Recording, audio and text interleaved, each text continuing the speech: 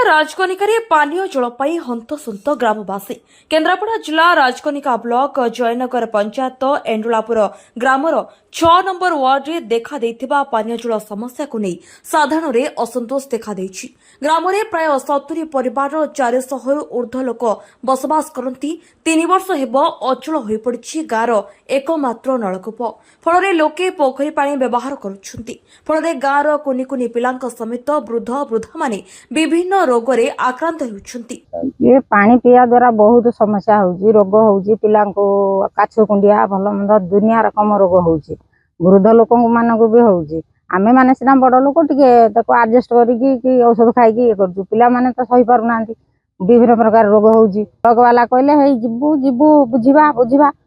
पळे आसीमु किछि दिन पर जो कथाउ से कथा आ पानी पाइलो ना आ लास्ट को 3 वर्ष प्राय हे गेलानी टिबल भांगी जाई लुना पड़ी आम से पोखरी पानी नहीं पीऊँ जहाँ असुविधा हो मेडिकल जाऊँ। लोके पानी समस्या नहीं प्रशासन को बहु बार गुहारी करिसेंती हेले लोकंका समस्यार समाधान होई पाई नथिबा अभियोग होईछि तेबे प्रशासन ए दिगरे पदक्षेप नेबा पई लोके दाबी करिसेंती। समस्या कौन 3 वर्ष हलानी आम ट्यूबवेलटा लुणा पड़ता से लुणा पड़ा पर से ट्यूबवेलटा भांगीगला आम कितु पानी टिके पाई पारुनु ट्यूबवेल पानी यही पोखरी नहीं पानी कारबार करुचे आ जो जाइथिलु आम ब्लॉक को सेठी आम कथा किसी बुझिलेनी कहले कि हाँ आम देखुचु बोल कि एपर्यंत किसी